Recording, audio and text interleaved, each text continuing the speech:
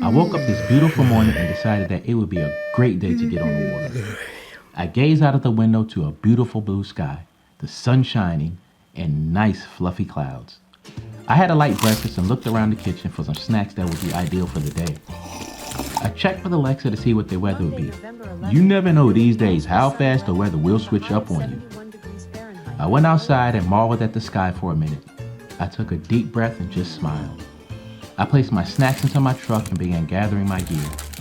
I lowered the tailgate on my truck so that I could load my kayak, paddle, and flotation vest. With everything loaded and secured, I began my 25-minute drive to Gunpowder Falls State Park Hammerman area. Even though it was early, there were a lot of people out. They were taking advantage of the weather, so I completely understood. I arrived at the park and found a parking spot. Now my only gripe is that the parking lot is quite a distance from the beach. I grunted as I unloaded my kayak and placed all of my gear inside of it. This is the part I truly despise, dragging this kayak 150 yards to the beach. I stopped about halfway because of the agonizing pain in my knees, back, and arms. I thought to myself that I am seriously going to invest in a kayak dolly. Once I reached the beach, I put on my flotation device, assembled my paddle, and secured the rest of my items in my kayak. I looked around and observed people getting in the water, people having cookouts and picnics, seagulls flying around, and boats on the water.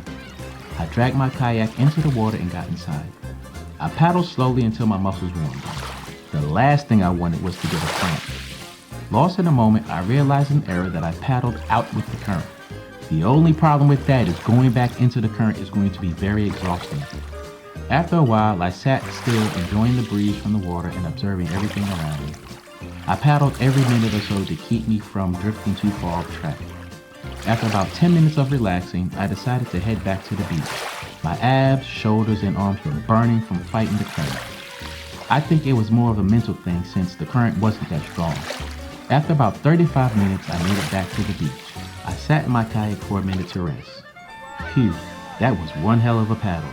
But I was happy to get my therapy session and exercise in for the day.